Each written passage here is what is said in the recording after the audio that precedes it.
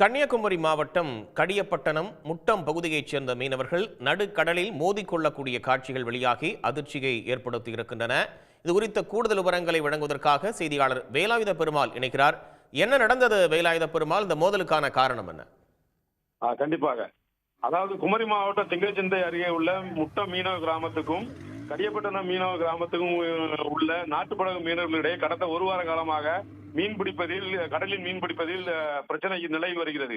இது தொடர்பாக இரு தரப்பையும் அழைத்து மீன்வளத்துறை அதிகாரிகள் தொடர்ந்து பேச்சுவார்த்தை நடத்தி வந்து கொண்டிருந்தார்கள்.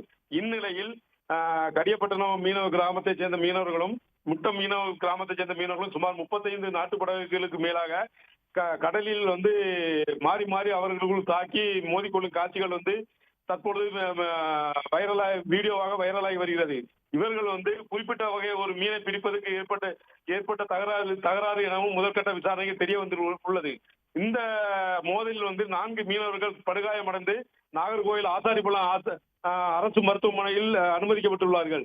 மேலும் இரு கிராமத்தில் உள்ள மீனவர்களும் மீன்வளத்துறை அதிகாரிகள் மட்டத்தில் பேச்சுவார்த்தையும் நடைபெற்று வருகிறது.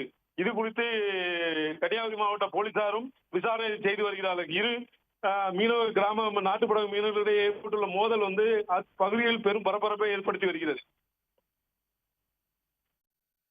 கூடுதல் தகவல்களுக்கு நன்றி வேலாயுத பெருமாள்.